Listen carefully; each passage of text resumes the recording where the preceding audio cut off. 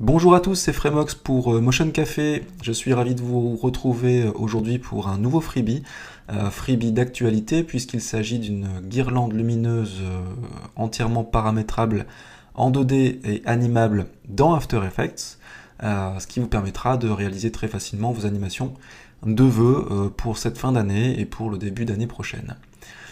Donc très rapidement, avant de rentrer dans le vif du sujet et de rentrer dans le tuto dans After, je tiens à préciser une petite chose. Donc vous allez télécharger un dossier qui s'appelle Fairylight FX sur notre site, qui contient 5 éléments.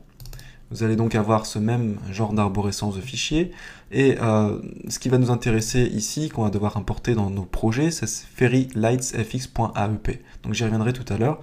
Mais il est important de savoir que si vous êtes détenteur d'une version CS6 d'After Effects, vous êtes obligé, pour pouvoir utiliser ma scène convenablement, de rentrer dans le dossier qui s'appelle CS6 Pseudo Effect XML et de venir ouvrir ce petit bout de code, un petit, tout est relatif, hein, mais de venir tout simplement prendre tout le code qu'il y a dans ce fichier XML, le copier et le coller à la toute fin de votre document qui s'appelle preset.xml et qui est un dossier, qui est dans un dossier caché de votre application ici After Effects. Alors pour ceux qui ne l'auraient jamais fait, je vous déconseille tout simplement de le faire parce que vous touchez quand même un fichier ici qui est assez important pour After Effects et qui pourrait vous causer pas mal de bugs si vous le faites mal. Donc ne le faites pas si vous n'êtes pas à l'aise avec l'informatique de manière générale. Pour ceux qui l'ont déjà fait, aucun souci, il vous suffit donc de copier-coller tout le paragraphe ici à la fin, juste au-dessus de la balise qui referme les effects. Donc voilà pour la petite aparté. On va commencer donc tout de suite. J'ai ici dans After Effects déjà une scène qui n'attend plus que sa guirlande. Donc c'est ici une scène toute simple hein, avec un texte. Alors pourquoi j'ai appelé ça Fairylight? C'est tout simplement la traduction de guirlande lumineuse en anglais, FX qui est un petit clin d'œil aussi à mon pseudo Fremox. Et alors je souhaite importer dans cette scène, qui pour l'instant ne comprend que des calques que j'ai verrouillés et mis en gris pour y voir un petit peu plus clair, je souhaite importer dans cette scène ma guirlande. Alors regardez comment je vais procéder ici. Je vais tout simplement double-cliquer ici dans la palette du projet, et venir importer, donc c'est le dossier que je viens de vous montrer ici, hein, qui s'appelle Fairylight FX, celui que vous téléchargez depuis notre site, et dedans, je vous l'ai dit tout à l'heure, vous trouvez un AEP qui s'appelle ici Fairylight FX. Donc c'est lui que vous allez importer dans votre scène. Je vais faire ouvrir. Donc là, il m'a importé un nouveau projet, donc un dossier qui s'appelle fairylightfx.ep, et vous avez ici une composition qui s'appelle Fairylight Rig, et je vais tout simplement glisser-déposer cette composition dans ma compo principale. Compo principale qui porte le nom ma compo. D'accord? Donc vous remarquez déjà que d'une part, il m'a déjà créé ma guirlande ma guirlande lumineuse, mais il se fait dans un design qui ne me plaît pas pour l'instant forcément et que je ne peux pas trop paramétrer en l'état. Donc suivez bien les étapes qui suivent, c'est très important pour pouvoir paramétrer convenablement votre guirlande. Donc moi, ce que j'ai envie de faire, c'est dessiner manuellement, avec les outils de Bézier, une forme sur laquelle mes ampoules ici vont se dupliquer.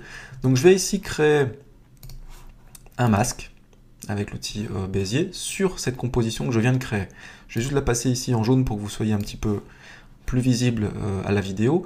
Et donc je vais prendre mon outil de Bézier et venir dessiner un masque. Donc je commence à dessiner ici un masque. Et vous remarquez que pour l'instant, rien ne se passe. J'ai un masque ici qui est en superposition sur tout le reste, mais ma guirlande ne bouge pas. Donc ça, c'est dû à une chose qu'il faut bien que vous compreniez, c'est qu'il a besoin de répertorier dans les expressions, parce que tout est à base d'expressions dans cette scène, il a besoin de répertorier le nom de ma composition, qui s'appelle ici ma compo. Alors pour répertorier ce nom, on ne peut malheureusement pas le faire via des expressions, on devrait passer par du script, mais je vais vous montrer la petite astuce, c'est très simple. Vous rentrez tout simplement dans Fairylight Rig en double-cliquant dessus, donc soit ici, hein, c'est pareil, si vous double-cliquez, vous allez donc ouvrir la précomp qui s'appelle comme ça, et le nom dans lequel vous glissez-déposez au départ votre précomp, là en l'occurrence pour moi ça s'appelle ma compo, avec une majuscule AM, eh bien vous devez tout simplement, sur le calque du dessus, qui est en jaune, je l'ai mis en jaune pour que vous puissiez le voir tout de suite, pour l'instant ça s'appelle compo principal, mais si je le renomme ici, avec entrée, je vais le renommer ma compo. Marquez ici que j'ai bien la même orthographe exacte que la composition dans laquelle se trouve ma guirlande. Je fais OK. Et vous remarquez qu'automatiquement ma guirlande a changé. Il reconnaît maintenant le tracé du masque qui se trouvait dans ma compo. Donc ça c'est très pratique parce que maintenant vous allez pouvoir changer à main levée le design de votre guirlande très simplement. Alors ça peut être un tracé fait au Bézier, mais ça peut être autre chose. J'ai par exemple ici dans Illustrator un simple tracé en spirale que j'ai dessiné avec l'outil spirale. Je vais tout simplement copier-coller. Donc là j'ai fait un pomme C pour le mettre en mémoire. Je vais retourner dans After Effects. Je vais aller ici dérouler mon masque qui s'appelle masque 1. Je vais aller dans le tracé du masque et le coller. Et vous allez voir qu'automatiquement, ma guirlande s'adapte à cette forme-là. Voilà. Donc ici, ma guirlande suit bien le tracé. Et on a bien les petites loupiottes ici qui viennent se dupliquer le long de cette spirale. Excusez-moi pour les petits... voilà, le zoom qui est un petit peu lent.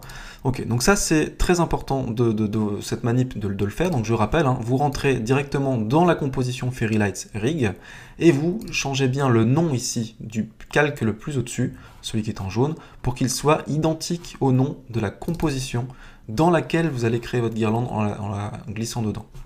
Ça c'est la première chose. La deuxième chose c'est que vous êtes obligé aussi, votre masque, de le laisser sous le nom masque 1. Regardez ce qui se passe quand je viens renommer ça ici en masque 2. Voilà. À nouveau, il perd mon tracé. Alors le tracé est toujours là, vous le voyez, il est toujours jaune ici. Mais dès que vous voyez que ça se met un petit peu dans cette forme-là, un petit peu de W rond sur le dessus de votre composition, c'est qu'il a perdu le lien. Donc pour refaire le lien, vous savez qu'il y a un problème au niveau des noms. Il vous suffit de renommer ici le masque, le premier, en masque 1. Donc je vais renommer ici avec entrée et refaire masque 1. Et vous voyez qu'à nouveau, ça suit convenablement le tracé de ma guirlande. Donc maintenant qu'on a fait ça, on va pouvoir regarder un petit peu les options qui s'offrent à nous au niveau de la guirlande. Alors vous allez cliquer sur le nom Fairy Lights Rig et vous remarquerez que dans Effets, on n'a pour l'instant rien du tout. C'est normal, vous êtes juste contenté ici de glisser-déposer un fichier AEP qui venait d'ailleurs. Il vous faut ici, pour que ça fonctionne, pour avoir tous les contrôles, glisser-déposer un preset. Alors le preset, je vous l'ai mis à disposition. Alors si je viens masquer un petit peu. Ok, donc le preset se trouve également dans le dossier. J'ai fait un dossier ici qui s'appelle preset et vous avez un point FFX à glisser-déposer dans votre dossier preset d'After Effects. Donc vous l'avez certainement déjà fait, je ne vais pas passer trop de temps là-dessus. Il vous suffit donc de glisser ça là-dedans. Et si vous relancez After Effects, vous devriez voir, normalement, dans la liste des animations prédéfinies, donc moi je l'ai mis dans mon dossier Frameox par exemple, mais si vous connaissez le nom, alors je vous le dis, ça s'appelle Fairy, avec un Y, Lights FX-Effect, eh bien vous allez tout simplement glisser-déposer ce preset sur le calque Fairy Lights Rig. Et maintenant, vous voyez que les petites loupiottes ont changé un petit peu, et vous pouvez tout simplement regarder un petit peu dans la palette d'effets. Vous avez un pseudo-effet que je vous ai customisé un petit peu, et il vous suffit de dérouler un petit peu les options pour voir ce que vous pouvez en faire. Donc la première chose que vous pouvez venir faire dans Fairy Lights FX, vous pouvez changer un petit peu la structure, donc le design de la structure. Alors, ce sont des termes en anglais, désolé, j'ai voulu faire un petit peu international pour que ce soit un peu plus visible, mais les termes sont facilement compréhensibles. Vous déroulez d'abord structure design. Vous pouvez déjà changer notamment le nombre de lights. Donc, lights amount, j'en ai mis 12 dans le preset. Vous pouvez en mettre par exemple, je sais pas moi, 36, et vous allez voir qu'automatiquement, les lumières ici se dupliquent, se multiplient jusqu'à en avoir 36 sur le tracé exactement. Ici, le masque sort un petit peu de la compo, donc on ne voit pas toutes les lumières, mais si je m'amusais à compter toutes les lights en redimensionnant le masque, ce que je peux venir faire ici, on va évidemment pas compter, mais je sais qu'il y a exactement 36 lumières ici sur mon tracé. Vous pouvez aller jusqu'à un maximum de 100 lumières. Donc je vous le dis, n'essayez pas de monter au-dessus, ça ne sert à rien. Au-dessus de 100, ça ramerait beaucoup trop au niveau de l'animation. Donc c'est 100 maximum et une minimum. Donc je vais en mettre 24 pour les besoins ici de la démo. Vous pouvez changer la size, donc la taille de vos lumières. Donc, si vous êtes à 100%, vous allez avoir ce design-là. Si vous mettez par exemple 33%, vous allez avoir des petites loupiottes qui vont se réduire à 1/3. Je ne sais pas si vous voyez ici. Je vais zoomer un petit peu. On voit ici que les lumières se sont réduites au tiers. Et si vous mettez par exemple 500, vous allez avoir de grosses loupiottes qui vont vraiment être énormes. Donc vous pouvez vraiment changer ça à la volée très facilement. Donc ça, si ça rame un petit peu, c'est parce que l'enregistrement de ScreenFlow fait ramer un peu l'aperçu, mais normalement ça doit fonctionner de manière assez fluide.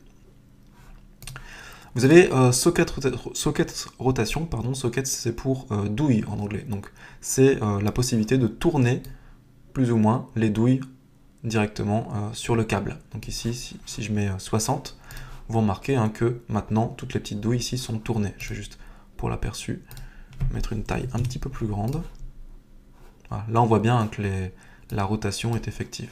On peut le faire dans un sens ou dans l'autre. Donc moi, je vais mettre à 0. Vous pouvez changer, vous pouvez choisir d'avoir des petites loupiottes qui vont de part et d'autre du câble. Donc ici, j'en ai une à gauche, une à droite, une à gauche, une à droite, une à gauche, une à droite.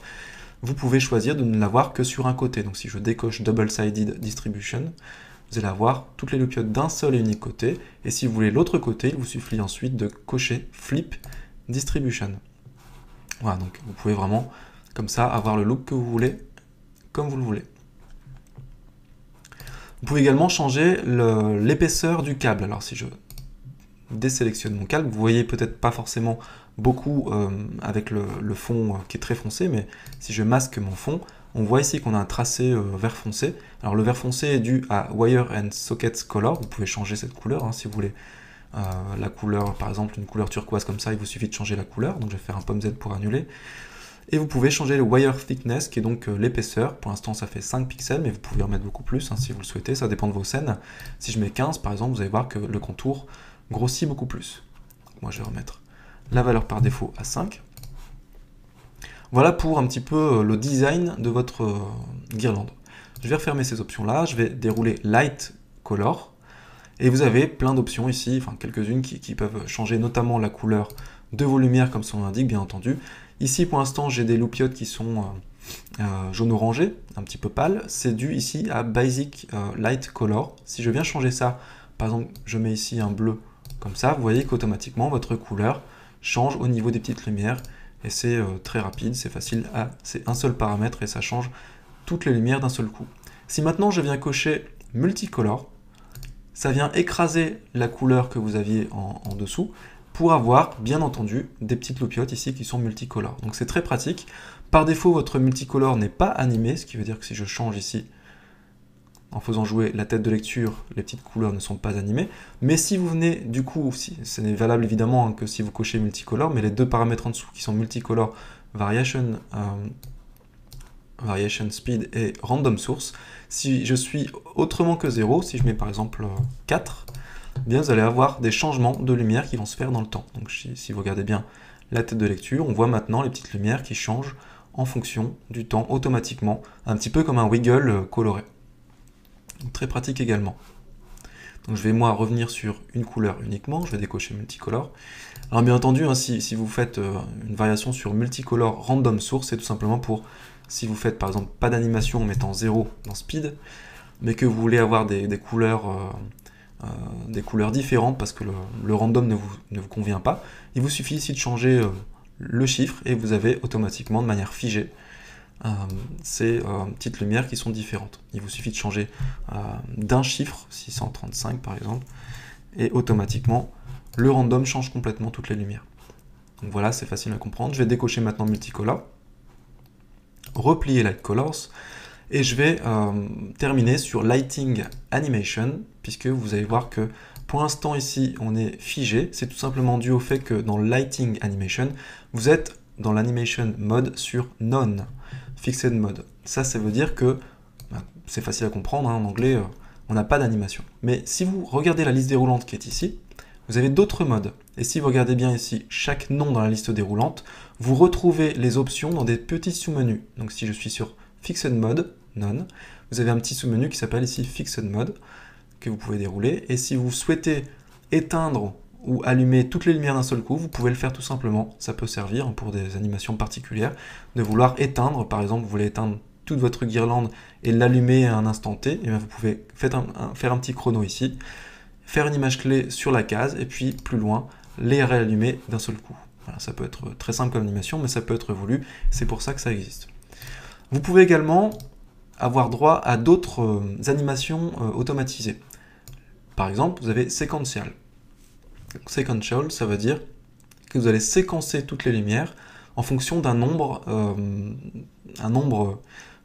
une lumière sur 2, par exemple, ou une lumière sur 3 sera affectée et animée. Donc je vous montre comment ça fonctionne. Donc vous choisissez ici dans Animation Mode Sequential, okay, et automatiquement, vous voyez que une lumière sur 2 maintenant est éteinte. Et si vous regardez, vous faites varier un petit peu la tête de lecture, vous allez voir que dans le temps, c'est déjà automatiquement animé. Alors c'est animé en cut entre guillemets, hein, ça veut dire que ça le fait vraiment comme sur une guirlande que vous achèteriez dans un magasin, d'accord? Donc ça fait vraiment une sur 2. Juste pour les besoins ici du tuto et de la démo, je vais enlever le masque, je vais le changer un petit peu parce que c'est pas très pratique pour démontrer.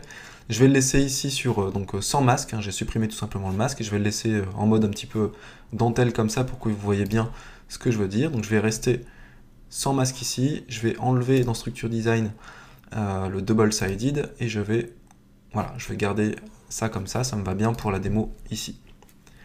Donc vous remarquez, si je fais varier la tête de lecture, c'est animé automatiquement. Et ce qui est plutôt sympa, c'est que le séquentiel, vous n'êtes pas obligé de le faire une sur 2. Vous pouvez choisir le nombre qui va séparer chaque animation de lumière. Donc si vous voulez par exemple une sur 3, vous allez dérouler séquentiel, puisque séquentiel ici, vous avez les options qui sont là, et je peux faire séquence each and light, pour l'instant c'est une sur 2 parce que j'ai le chiffre 2 qui est là, mais si je fais par exemple 5, vous allez voir que vous allez voir une lumière, il va attendre 1, 2, 3, 4, et il va reprendre à la 5e. Il va recommencer après, donc 1, 2, 3, 4, et à la 5e il recommence. Si vous en voulez 3 par exemple, vous mettez 3 ici, et vous allez voir 1, 2, 3, 1, 2, 3, 1, 2, 3, etc., etc. Donc très pratique. Et encore une fois, hein, tout ça est animé automatiquement dans le temps. Donc vous n'avez rien de spécial à faire. Automatiquement, après, ça va décaler la loupiote d'à côté. Et puis ça va passer à la prochaine si vous allez encore un petit peu plus loin dans le temps. Voilà. Donc ça fait ça, ça, ça, ça. Je ne fais pas de prévisu parce que le ScreenFlow ici va me faire vraiment ramer mon animation, mais vous, si vous le faites, vous devriez ne pas avoir de soucis. Alors attention, hein, au plus vous avez de amount ici dans Light, c'est-à-dire au plus vous avez de petites loupiotes, si par exemple vous êtes à 100 à ce niveau-là, eh bien les modes auto-animés comme ça va forcément ramer beaucoup plus. Donc c'est logique, hein, parce que vous utilisez beaucoup plus de RAM sur votre machine. Donc je vous conseille de faire vos tests avec très peu de Light, par exemple je vais mettre 12 pour les besoins du tuto. Et puis je peux aussi voir si ça me va en termes de vitesse, par exemple. Donc là, ça change assez lentement. Et la vitesse avec laquelle ça change au niveau séquentiel, c'est géré avec la deuxième option qui s'appelle Sequential Animation Speed, qui est à 4 ici à ce niveau-là. Mais si vous voulez que ce soit plus rapide, il vous suffit de faire, par exemple, ça, donc 20 ici. Et vous allez vraiment avoir une animation qui va être beaucoup plus rapide. Vous voyez, je ne sais pas si vous voyez, mais en faisant juste varier comme ça la tête de lecture, on a une animation maintenant qui est beaucoup plus rapide. Et si vous voulez quelque chose de plus lent, bah, vous descendez en dessous de 4, vous mettez par exemple 2 ou 1, et ça va le faire à peu près toutes les secondes. Si vous faites 1 par exemple, vous aurez une animation toutes les secondes. Voilà pour Sequential, donc très pratique. Vous avez également la possibilité de jouer sur Wavy. Wavy, c'est comme son nom l'indique en anglais, la possibilité de faire une animation sous forme de vague, donc très pratique également. Alors pour que ce soit bien visible, je vais ici remettre dans Light Amount, en mettre un petit peu plus, je vais mettre 24 par exemple, et vous voyez hein, automatiquement ce que fait Wavy, c'est que vous allez avoir une espèce de vague qui va parcourir toute votre guirlande, d'accord? Donc si je suis en train de faire varier ici la tête de lecture manuellement, et ça fait comme ça une animation de lumière qui automatiquement parcourt votre câble de manière très naturelle, comme une vraie guirlande. Donc très pratique, très sympa également. Et vous pouvez bien entendu paramétrer un certain nombre d'options. Si vous allez dans Wavy, il vous suffit de choisir ici le sous-groupe qui s'appelle Wavy, dérouler, et vous avez la possibilité déjà de changer la taille de la vague. Alors au plus le chiffre ici est petit, donc là je suis sur 0,5, Donc si je mets 0,25 par exemple, vous allez voir ce que ça donne. Et au plus la vague sera grande, si je me fais bien comprendre, voilà. Au plus le nombre est petit dans wavelength, au plus la vague sera grande. Si maintenant je mets 4 par exemple, vous allez avoir plein de petites loupiottes qui vont faire des petites vagues. Donc là c'est peut-être pas très visible parce que j'en ai pas assez, mais si je mets 2 par exemple, je vous rappelle tout à l'heure j'étais à 0,5, si je mets 48 par exemple, voilà. Vous voyez ici les petites vagues sont beaucoup plus petites et beaucoup plus nombreuses. D'ailleurs c'est même beaucoup, 1, 2, je vais mettre une par exemple. Voilà, une ça me permet de faire des petites vagues comme ça ici, alors c'est toujours pareil, hein, ça défile le long du câble. Et c'est automatique, donc très sympa aussi. Voilà. Alors si, comme tout à l'heure pour Sequential, la vitesse d'animation ne me convient pas, il me suffit encore une fois hein, de jouer dans Wavy ici sur Wavy Animation Speed. Voilà. Par défaut je suis sur 10, c'est le preset qui est paramétré comme ça, mais si je veux quelque chose de plus rapide, je peux rentrer 50 par exemple, et là vous allez avoir quelque chose qui va être très très très rapide en termes d'animation.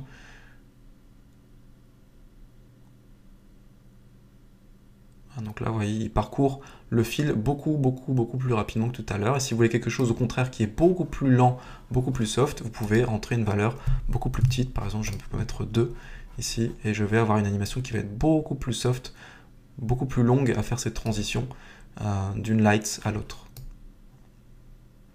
Voilà, très sympa également.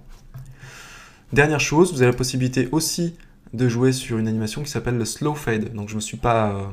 j'ai pas inventé la roue, hein, je me suis basé sur des noms qui existent sur des vraies guirlandes de Noël qu'on achète tous et qu'on met dans nos sapins. Le slow fade ici c'est un des modes disponibles, c'est tout simplement le fait d'avoir ici des guirlandes qui s'éteignent, puis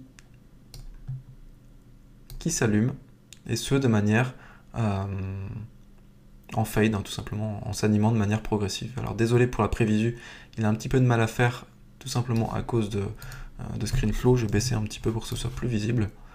Voilà, donc là ce sera normalement un peu plus facile de le voir. Donc vous voyez ici je suis en train de bouger la tête de lecture pour montrer mon animation. Donc là les loupiottes sont allumées et puis progressivement toutes sont en train de baisser et de s'éteindre complètement pour revenir ici un peu plus tard à un état allumé, mais toujours de manière progressive. C'est pour ça que ça s'appelle ici slow fade. Alors encore une fois, si l'animation vous la trouvez trop lente ou trop rapide, il vous suffit dans slow fade ici de venir dans le groupe qui s'appelle slow fade, dérouler les options et jouer tout simplement sur fading speed. Pour l'instant je suis à 2, ce qui est plutôt lent, mais si vous voulez quelque chose de plus lent encore, vous pouvez faire 0,5 et vous aurez quelque chose de beaucoup plus doux, beaucoup plus soft, comme un vrai sapin, ou alors quelque chose de beaucoup plus rapide si vous faites par exemple une valeur de 10. Voilà, donc là normalement ça va faire beaucoup plus rapidement que tout à l'heure et ça va presque clignoter tellement c'est rapide. Voilà, donc voilà pour les différents modes d'animation. Je vais revenir moi sur None par exemple. Je vais revenir également sur une couleur basique, ou je peux même, si je réinitialise, hein, je vais revenir aux valeurs par défaut que j'avais paramétré sur le pseudo-effet. Je rappelle, hein, pour faire un masque personnalisé, il vous suffit de sélectionner votre précomp qui s'appelle Fairy Lights Rig et tout simplement de venir, je sais pas moi, dessiner à la plume, ou pourquoi pas aussi utiliser les formes. Si je fais ça par exemple avec l'étoile, voilà, dès que je fais un masque, voilà, je peux utiliser tous les outils vectoriels, tous les outils de masque comme je le ferai d'habitude, en veillant à ce que ce soit sur aucun et que le nom masque ici soit bien masque 1. Voilà.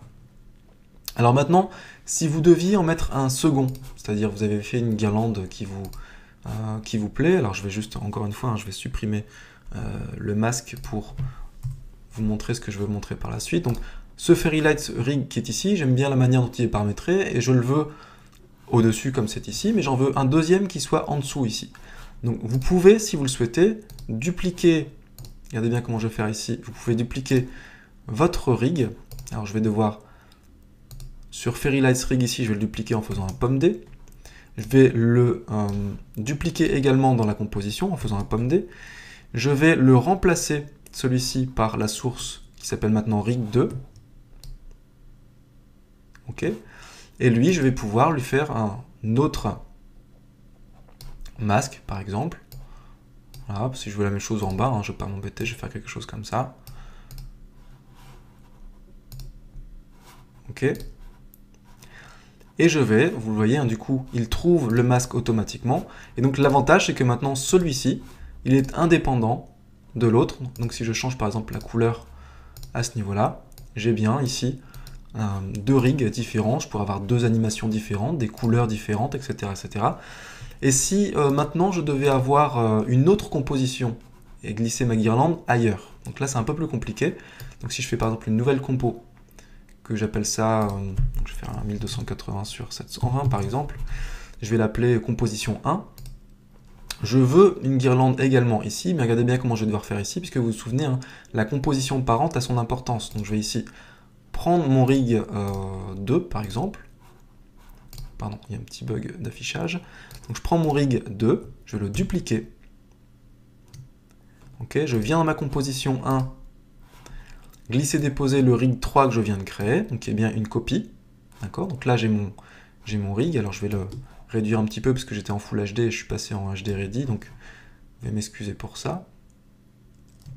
Ok, et pour que ça puisse fonctionner correctement ici, je vais, alors n'oubliez pas aussi hein, que vous devez bien appliquer le preset que je vous ai mis à disposition pour pouvoir avoir tous les contrôles. Donc je vais faire ça ici, donc je le glisse dessus. J'ai donc les pseudo-effects qui arrivent à ce niveau-là, mais si vous regardez bien, pour l'instant, si j'essaie de changer la couleur, alors désolé pour les bugs d'affichage, voilà, si j'essaie de changer la couleur jaune par défaut, ici, voilà, si j'essaie de mettre du rouge par exemple sur les loupiottes, vous allez voir que les loupiottes ici ne correspondent pas à la couleur que j'ai ici. Alors je vous le rappelle, c'est tout simplement parce que vous devez rentrer dans votre guirlande. C'est pour ça que j'ai fait une copie qui s'appelle maintenant rig 3 qui est indépendante des autres compositions. Et regardez bien ici, le nom de ma composition parente s'appelle composition 1. Et bien je dois, je le rappelle, rentrer dedans.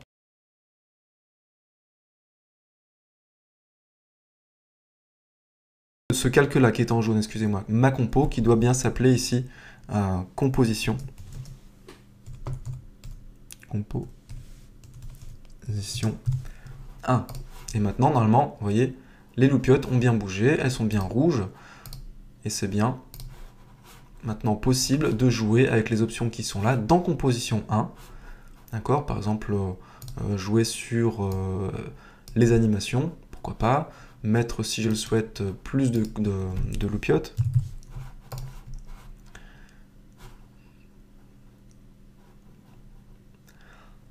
Et voilà, donc j'ai bien mon animation wavy en rouge, et vous verrez que ça n'a évidemment pas impacté mes autres compositions, puisque j'ai fait attention dans mon panneau projet de bien à chaque fois dupliquer et créer de nouvelles instances de mon rig qui soient bien différents.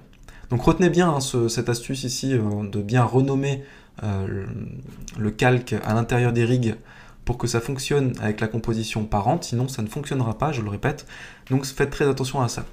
Voilà, j'ai terminé sur la démo de ce petit freebie. J'espère qu'il vous sera utile pour vos animations de vœux, e-card, etc., etc. On est en plein dedans, hein. J'imagine que moi j'en ai pas mal, donc vous aussi. N'hésitez pas aussi à partager vos créas et vos animes sur le forum, sur Facebook, pourquoi pas également, sur Motion Café, et je vous dis à bientôt pour d'autres freebies, et pourquoi pas des tutos également à l'avenir. À très bientôt.